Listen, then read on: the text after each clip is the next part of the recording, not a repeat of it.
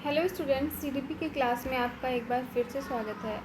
हम teaching chapters पढ़ रहे थे, यानी कि शिक्षण सिद्धांत से रिलेटेड हम चैप्टर पढ़ रहे थे, जिसमें हमने अलग अलग टीचिंग टेक्निक्स के बारे में देखा था। कई सारे का डिस्कशन कर लिया था। जो बाकी बचे हैं उनका डिस्कशन आज कर लेंगे।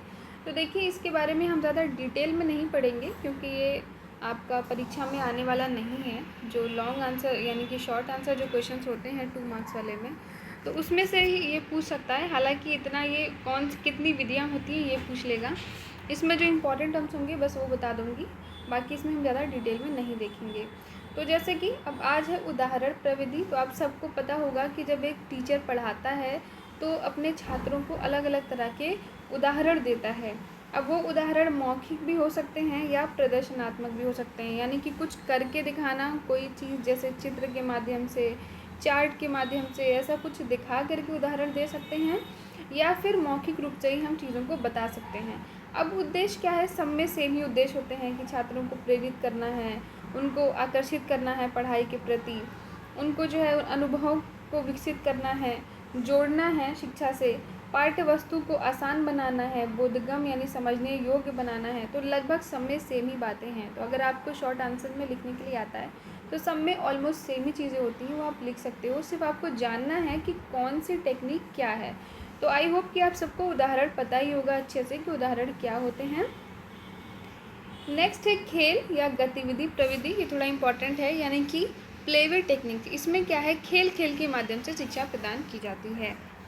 हेनरी कॉल्डवेल कुक ने सर्वप्रथम बालकों के खेल की मूल प्रवृत्ति को शिक्षा हेतु प्रयोग करने पर बल दिया था। तो ये नाम आप ध्यान रखिएगा, हेनरी कॉल्डवेल कुक। इन्होंने ही खेल विधि, क्योंकि आज के टाइम पे खेल विधि का बहुत महत्व है, जिससे कि बालक के शारीरिक विकास भी होगा, प्लस उनके उनके अंदर टीम की भावना आती है, वो सामंजस्य बिठाना सीखते हैं, सामाजिकता का विकास होता है। ठीक है, पहले के टाइम पे क्या था कि जैसे कि जॉइंट्स फैमिली होती थी, फैमिली बड़ी होती थी, तो बच्चे सामाजिकता जो है वो घर में ही सीख लेते थे। लेकिन आज के टाइम पे फैमिलीज़ कैसी हैं? न्यूट्रल फैमिली हैं। बच्चे ऐसा भी नहीं कि बहुत बाहर में या कॉलोनी के बच्चों के साथ खेलें, हर कोई अपने घर में ही रहता है। तो आजकल के बच्चों का जो बचपन है वो पहले के कंपैरिजन में बहुत डिफरेंस है। ऐसे में उनमें सामाजिकता के विकास के लिए हमें एफर्ट डालने की ज़रूरत है। तो ऐसे में शिक्षा में खेल का बहुत महत्व है। पहले के समय में तो बच्चे खुद ही, उनको कितना भी रोका जाए वो खेलते कूदते रहते थे। आजकल ना खेलने का इतनी जगह है, और ना ही जो है वो आज के पेरेंट्स इतना बच्चों को खेलने के लिए देते हैं, चाहे वो सिक्योरिटी के मामले हो उस लिहाज से, या फिर टाइम नहीं है मैनेज करने का, देखने का। मोस्टली मदर फादर दोनों वर्किंग होते हैं, तो ऐसे में भी स्पेशली ये है कि जॉइंट फैमिलीज इतनी नहीं रह गई हैं, तो ऐसे में दिक्कत है। तो खेल विधि का सबसे ज़्यादा इम्पॉर्टेंट रोल है, और इसीलिए इसके बारे में थोड़ा ध्यान से देखेंगे। तो किसने ये कहा था कि खेल जो है वो मूल प्रवृत्ति है शिक्षा के लिए? तो हेनरी कॉल्डवेल कुक ने कहा था। ये एमसीक्यू क्वेश्चंस के लिए ध्यान में रखेंगे। अब इसमें क्या है? बच्चों को खेल के माध्यम से, यानी कि खेल क्या है आप सबको पता है, एक ऐसा कार्य जिसमें इच्छा अनुसार उनको एक स्वतंत्र वातावरण दिया जाता है। उसमें हमने उनको कोई टास्क दे दिया। ठीक है, सपोज़ कि मान लो कि एक बॉक्स है और इसमें कुछ बॉल्स रखे हुए हैं। अब हमने बच्चे से बोला कि बेटा इसमें जितने भी बॉल्स हैं उसको उठाते हुए इस बॉक्स में रखना है, लेकिन काउंट करते हुए, 1 2 3 4 ऐसे गिनते हुए। तो ऐसे क्या है कि बच्चे में गिनती, बच्चा गिनती भी सीख लेगा, और उसके अंदर ये खेल खेल के माध्यम से टास्क देंगे हम उसको, तो वो मनोरंजन पूर्वक चीज़ों को सीख जाएगा। नेक्स्ट है वैलेंटाइन के अनुसार खेल किसी कार्य में एक प्रकार का मनोरंजन है। ये इंपॉर्टेंट है, ध्यान रखिएगा।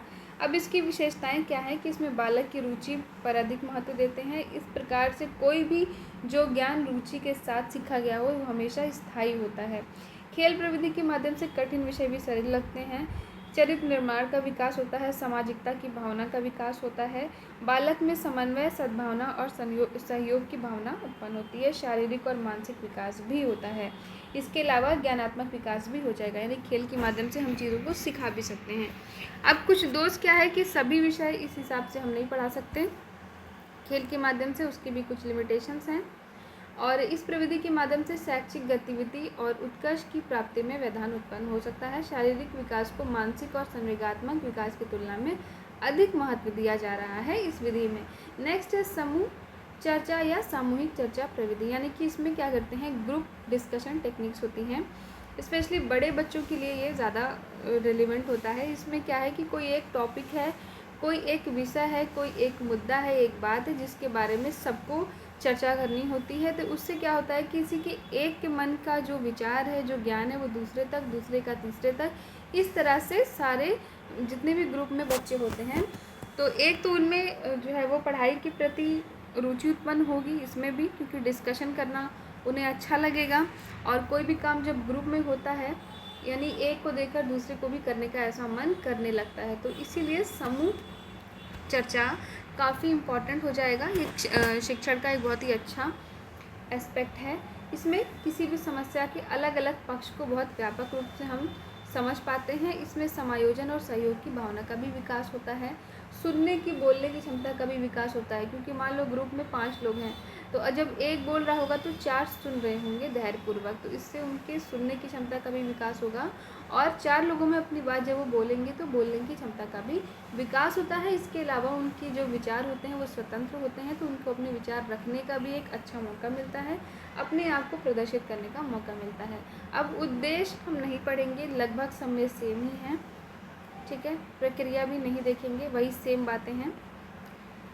अब नेक्स्ट है एक्सपेरिमेंटल टेक्निक्स। तो इसमें क्या करते हैं कि कोई प्रयोग करके हम चीज़ों को सीखते हैं। जैसे फॉर एग्जांपल आप केमिस्ट्री में करते हैं एक्सपेरिमेंट, भौतिकी, रसायन, जीव विज्ञान, भूविज्ञान, इन सारे विषयों में हमने जो प्रैक्टिकल्स देखे हैं वो यानी कि प्रयोग करके हम चीज़ों को सीखते हैं। हमने जो थ्योरी पढ़ी है उसका हम प्रयोग करके इन चीज़ों को सीखते हैं।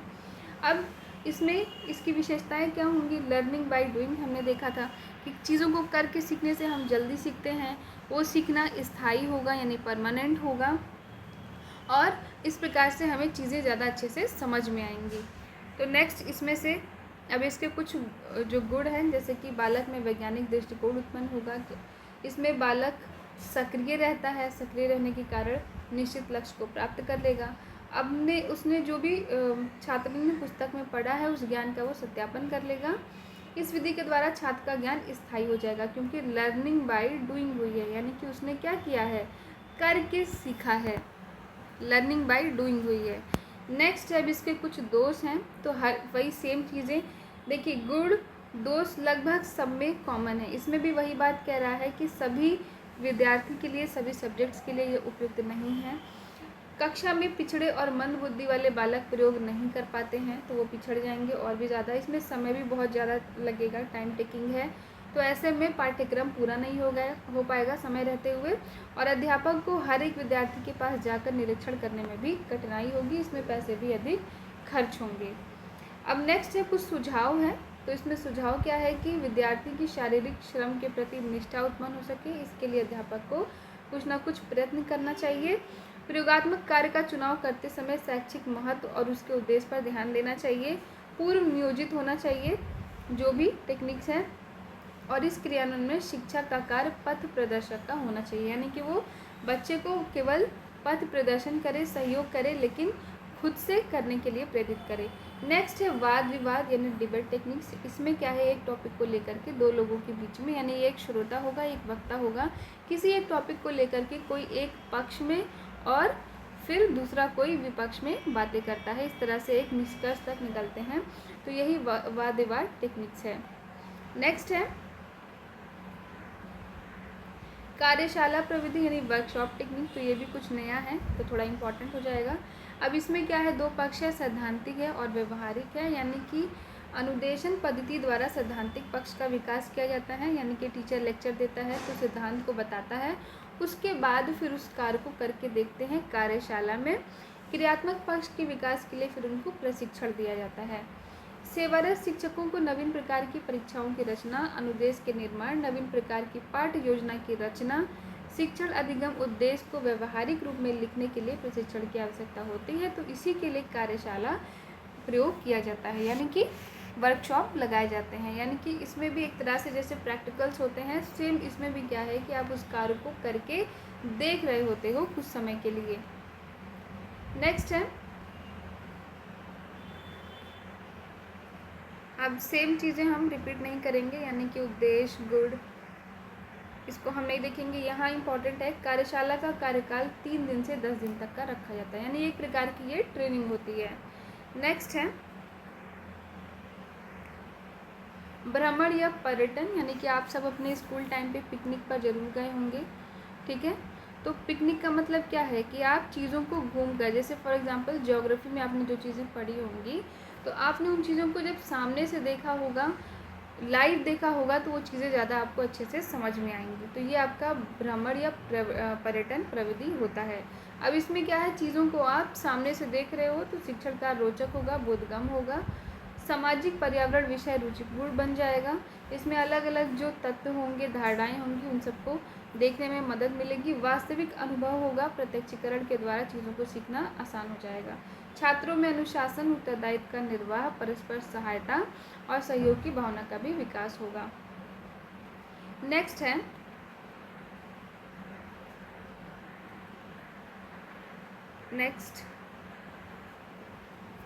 शिक्षण की नवीन विधाएं, यानी कि कुछ नई जो टेक्निक्स हैं, ये सारी तो पुरानी हमने देख ली, अब उनके बारे में कुछ हम देख लेते हैं। जैसे कि बाल केंद्रित शिक्षण, रुचिपूर्ण शिक्षण, सह शिक्षण, दक्षता आधारित शिक्षण और उपचारात्मक शिक्षण। तो इसमें से क्या है कि आज के टाइम पे ये बोला गया है कि शिक्षा कैसी है, बाल केंद्रित है, यानी कि बच्चे को बहुत ज़्यादा ध्यान में रखना होता है, उसकी पर्सनैलिटी से लेकर के उसका इंटरेस्ट, सारी चीज़ों को। और उसी से रिलेटेड है रुचि का सिद्धांत, यानी कि बालक में रुचि उत्पन्न करनी होती है, इसी के लिए हमने खेल माध्यम ये सारी चीज़ें देखी हैं। सह शिक्षण है, यानी साथ ही साथ सबको शिक्षा देनी होती है। और कोएड एजुकेशन का चलन है, यानी लड़का लड़की में भेद नहीं, दोनों साथ में पढ़ते हैं। इससे भी कई सारी चीज़ें जो बेनिफिट होती हैं, इनको हम आगे में देखेंगे। दक्षता आधारित शिक्षण और उपचारात्मक शिक्षण का मतलब क्या है कि समस्या का निदान करना, यानी बच्चा अगर सीख नहीं पा रहा है कुछ चीज़ों को, तो क्यों नहीं सीख रहा है, उस समस्या की जड़ तक जाना होता है।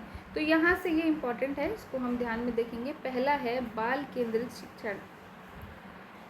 शिक्षक केंद्रित शिक्षण के निम्नलिखित दोष हैं। पहले तो हम देख लेंगे कि बाल केंद्रित शिक्षण की आवश्यकता ही क्यों पड़ी, क्योंकि जो शिक्षक केंद्रित शिक्षण था, टीचिंग थी, जिसमें कि शिक्षक प्रधान होता था, इसमें निर्देश छात्रों को स्वयं को अभिव्यक्त करने, प्रश्न पूछने और अपने स्वयं के सीखने को निर्देशित करने की अनुमति नहीं थी। यानी टीचर जो चीज़ें बताता था, बस बच्चे को वो चीज़ें सुननी होती थी, बच्चे को इतनी परमिशन नहीं होती थी कि वो अपने प्रश्न पूछ सके कक्षा में।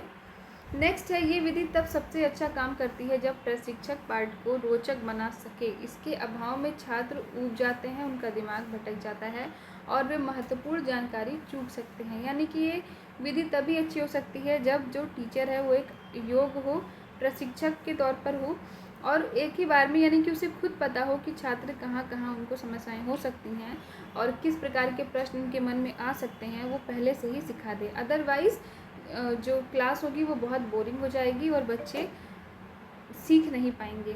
छात्र अकेले काम करते हैं और अपने साथियों के साथ खोज की प्रक्रिया को साझा करने के संभावित अवसरों को खो देते हैं। सहयोग स्कूल और जीवन में एक आवश्यक और मूल्यवान कौशल को हतोत्साहित किया जाता है। छात्रों को अपने संचार और आलोचनात्मक सोच कौशल विकसित करने का अवसर इसमें कम मिलता था। इसी सब दोष को दूर करने के लिए बाल केंद्रित, यानी कि बच्चे पे केंद्रित शिक्षा का विकास किया गया। अब इसमें क्या विशेषताएं हैं? पहला तो है स्वतंत्रता। पेस्टोलॉजी ने बाल केंद्रित शिक्षण में एक नए आयाम को जोड़ा और कहा कि शिक्षा पर किसी एक का विशेष अधिकार नहीं होना चाहिए, बल्कि साथ ही प्रत्येक बालक जो विभिन्न वर्ग से संबंधित है, सबको शिक्षा प्राप्त करने की स्वतंत्रता होनी चाहिए। और बालक को पुस्तक के माध्यम से जो भी ज्ञान प्रदान किया जाए, उसे खोजने के लिए बालक को भी प्रोत्साहित करना चाहिए, जिससे कि शिक्षा में स्वतंत्रता से अभिप्राय बालक स्वयं करे और सीखे। नेक्स्ट है स्वक्रियाएँ, यानी सेल्फ एक्टिविटीज़। तो इस बारे में फ्रोबेल का कथन है कि बालकों में स्वक्रियाओं गतिविधियों को बढ़ावा देने के लिए नाटक, खेल, गीत और पहेलियाँ आदियों को प्रोत्साहित किया जाना चाहिए, जिससे कि बच्चा खुद उन चीज़ों में इन्वॉल्व हो सके। उन्होंने बालकों के विकास और बालकों की आत्म गतिविधि पर विशेष जोर दिया था। बालक इन गतिविधियों के माध्यम से जब अधिगम को सीखता है तो वो शिक्षा ज्ञान को बोझ नहीं समझता, बल्कि उससे दूर भागने का भी प्रयत्न नहीं करता है। नेक्स्ट है पाठ्य सहगामी क्रियाओं का महत्व, इम्पोर्टेंस ऑफ को करिकुलर एक्टिविटीज़। यानी कि आजकल की शिक्षा में जो एक्स्ट्रा करिकुलर एक्टिविटीज़ हैं या को करिकुलर एक्टिविटीज़ का क्या मतलब है कि को मतलब साथ में, यानी कि जो पाठ्यक्रम है उसके साथ साथ में और भी जो चीज़ें सीखते हैं वो होती हैं को करिकुलर एक्टिविटीज़। तो बाल केंद्रित शिक्षण के अंतर्गत शिक्षण बालकों की रुचि के अनुसार होता है। इसमें बालक कक्षा और कक्षा के बाहर स्वतंत्र रूप से पाठ्य सहगामी क्रियाओं के माध्यम से अधिगम करता है। इसमें बालकों की अभिरुचि के अनुसार पाठ्यचर्या में पाठ्य सहगामी क्रियाओं के आयोजन का भी महत्व किया जाता है, यानी कि पढ़ाई के साथ साथ खेलने का भी उतना ही महत्व है। तो जो टाइम टेबल होगा उसमें खेल का भी होगा इंक्लूज़न, इसके साथ साथ नृत्य हो सकता है, गायन हो सकता है, कुछ एक्स्ट्रा स्किल सीखना हो सकता है, यानी कि पढ़ाई के साथ साथ और भी चीज़ें सीखनी होती हैं जिससे कि उनका शारीरिक मानसिक विकास भी हो, उनमें सामाजिकता का भी विकास हो सके। आत्म अनुशासन पर अधिक बल देना, पाठ्यक्रम में विविधता होनी चाहिए, यानी कि सिलेबस में वैरायटी होनी चाहिए, ये भी इम्पॉर्टेंट है जिससे कि बच्चे बोर ना हों और उनका संपूर्ण विकास हो सके। नेक्स्ट है मनोवैज्ञानिक शिक्षण पद्धति का प्रयोग। बाल केंद्रित शिक्षा का सबसे जो इम्पोर्टेंट टर्म है वो यही है कि ये शिक्षा कैसी है, मनोवैज्ञानिक पद्धति पर आधारित है, यानी कि किस बच्चे की कितनी एज है, किस एज के अकॉर्डिंग कौन सी टेक्निक यूज़ करनी है, कौन सा TLM, कौन सा विधि, सब कुछ इसमें बताया जाता है। तो ये पूरी तरह से मनोवैज्ञानिक है, इसीलिए इसमें असफलता के बहुत कम चांसेस हैं और ये हर एक बच्चे पर ध्यान देती है। दृश्य श्रव्य सामग्री का प्रयोग, यानी कि अब मनोवैज्ञानिक रूप से देखें तो जितनी अधिक इंद्रियों का प्रयोग हम करते हैं, यानी कि हम जितना ज़्यादा इन्वॉल्व होंगे, एक्टिव होंगे, शिक्षण कार्य या अधिगम कार्य उतना आसान होगा। तो जितनी ज़्यादा हमारी इंद्रियां इन्वॉल्व होंगी, अधिगम कार्य उतना अच्छा होगा। इसी को देखते हुए ऑडियो विजुअल एड्स की बात की जाती है, यानी कि ना केवल किताबी ज्ञान बल्कि बच्चों को उन चीज़ों को गा गा करके, बता करके, दिखा करके, चार्ट के माध्यम से या फिर प्रोजेक्टर के माध्यम से या फिर पिकनिक के माध्यम से डायरेक्ट लाइव दिखाना चीज़ों को। तो इनसे क्या है कि उनकी अधिक इंद्रियां इन्वॉल्व होंगी, अधिगम कार्य अधिक सरल हो जाएगा। नैसर्गिक विकास की प्रक्रिया, बालक को किसी भी विषय में प्रगति की अपनी एक स्वाभाविक गति होती है। तो शिक्षक का दायित्व है कि बालक को एवं उसके विकास को समझे। बालक की स्वतंत्रता और व्यक्तित्व प्रकृति की गोद में अनायासी अभिव्यक्ति पाते हैं। रुचि और आवश्यकताओं का विकास हुआ है, इसमें शिक्षा के आधार पर अनुभव है। अब इसके उद्देश्य क्या है कि बच्चे का हर प्रकार का विकास हो, स्वयं करके सीखेगा तो शिक्षण कार्य कैसा होगा, स्थायी होगा, उसमें आत्मविश्वास भी जागृत होगा, चिंतन मनन जिज्ञासा जैसी प्रवृत्तियों का विकास होगा, सहयोग की भावना का विकास होगा, बालक स्वतंत्र रूप से कार्य करने की प्रवृत्ति उसमें विकसित होगी, पुनर्बलन द्वारा शिक्षण को प्रभावी बनाने की प्रवृत्ति को बढ़ावा देना, यानी कि टाइम टेबल में रिवीजन भी इंक्लूड होगा। इसी की वजह से रेगुलर, यानी कि पहले की शिक्षा में क्या था कि आपका हाफ ईयरली एग्ज़ाम हो गया, फाइनल एग्ज़ाम हो गया ज़्यादा से ज़्यादा, लेकिन अब क्या है कि आपका क्वार्टरली एग्ज़ाम हो, मंथली टेस्ट हो, वीकली टेस्ट हो, सरप्राइज टेस्ट हो। तो इस तरह से ये सारे इतने सारे टेस्ट करवाने का क्या मतलब है कि बार बार उन चैप्टर्स का रिवीजन हो और सीखी गई चीज़ परमानेंट हो जाए। पढ़ाने की क्रिया पर जोर ना दे करके सिखाने की क्रिया पर जोर देना, यानी चीज़ों को रटाना नहीं है बल्कि सिखाना है। शारीरिक दंड प्रक्रिया को बहिष्कृत करना, यानी कि बच्चे को दंड देने की बजाय बच्चे को प्रेम से सिखाना। प्रेषण सूचना संचालन निष्कर्ष निकालने की दक्षता विकसित करना, प्रशिक्षुओं को बालक के सहयोग और मार्गदर्शक के रूप में तैयार करना। अब इसमें शिक्षक की क्या भूमिका है, तो बहुत ही इम्पॉर्टेंट है शिक्षक का रोल इसमें। हमेशा सरकार प्रणाली को दोष देते रहने से कोई कार्य ठीक नहीं होगा। शिक्षक को एक व्यवसायी होने के नाते प्रणाली को सुधारने के लिए सदैव प्रयास करना चाहिए। इसमें छात्र और समाज का सहयोग भी लेना चाहिए। शिक्षक को ये बात सर्वाधिक परेशान करती है कि कक्षा में छात्र की अधिक संख्या, जिस कारण से प्रत्येक बालक पर व्यक्तिगत रूप से ध्यान नहीं देते हैं। इसकी शिकायत करते हैं कि एक कक्षा में 40 या 50 छात्र होने के कारण वो किसी एक्टिविटी को ठीक से नहीं कर पा रहे हैं। लेकिन जहाँ चाह वहाँ राह, निश्चित रूप से छात्र की अत्यधिक संख्या के कारण अनेक समस्याएं आती हैं, लेकिन अगर योजनाबद्ध तरीके से प्रयास किया जाए तो उस काम को हम कर सकते हैं। यानी कि शिक्षक का बहुत बड़ा रोल है कि बच्चे को किस तरह से मैनेज करना है। सबसे बड़ा जो टास्क है या चैलेंज है कि बच्चे को सारे अलग अलग पर्सनालिटी वाले होंगे, अलग नेचर के होंगे, उनको किस तरह से मैनेज करना है, सबसे पहला चैलेंज यही होता है। अगर ये कर लिया शिक्षक ने तो फिर शिक्षण कार्य बहुत सरल हो जाएगा। नेक्स्ट है शिक्षक विद्यालय के पास धन की कमी की शिकायत करते हैं, यानी कि शिक्षक को हमेशा ही यानी कि वो अपने आप को ना केवल एक व्यवसायी समझें कि हम पैसे के लिए पढ़ा रहे हैं, बल्कि उनको एक समाज सुधारक की तरह से भी कार्य करना चाहिए। अगर शिक्षक मन से पढ़ाएगा तो ही ये कार्य अच्छे से हो पाएगा। अगर देखें तो शिक्षा की जो वर्तमान प्रणाली है, तो ना ही वो शिक्षक केंद्रित है, ना ही बाल केंद्रित है, बल्कि ये अधिकार केंद्रित शिक्षा व्यवस्था है। शिक्षक को अपने कार्य करने के लिए भी उनको भी स्वतंत्रता मिलनी चाहिए। उनसे शिक्षण कार्य के अतिरिक्त अन्य कार्य नहीं लिए जाने चाहिए। जैसे कि शिक्षकों को मिड डे मील, जनगणना, चुनाव ड्यूटी, पल्स पोलियो अभियान आदि में लगाया जाता है, जिससे कि उनका शिक्षण कार्य प्रभावित होता है, थकान भी हो जाती है उनको, और कहीं ना कहीं मानसिक रूप से वो विचलित हो जाते हैं। तो इसीलिए सरकार को भी कुछ चीज़ें ध्यान में रखनी चाहिए। तो ये कुछ सुझाव थे।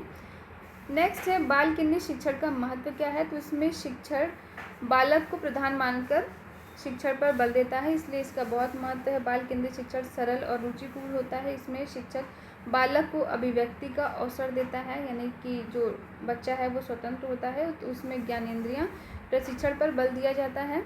व्यवहारिक और सामाजिक ज्ञान प्राप्त कर लेता है बच्चा, स्वयं करके सीखता है। तो लर्निंग बाय डूइंग जो हमने सीखा था, तो इस प्रकार से बच्चा खेल खेल में सीख जाता है और उसका सीखना परमानेंट हो जाता है। बार बार अभ्यास करने से बच्चे की कठिनाई भी दूर हो जाती है। अब नेक्स्ट है बाल केंद्रित शिक्षण और बाल केंद्रित उपागम में भेद। तो यहाँ से हम कल पढ़ेंगे। आज के लिए इतना ही, जितना पढ़ा है उसको ध्यान से पढ़िए और रिवाइज करते रहिए। Thank you so much.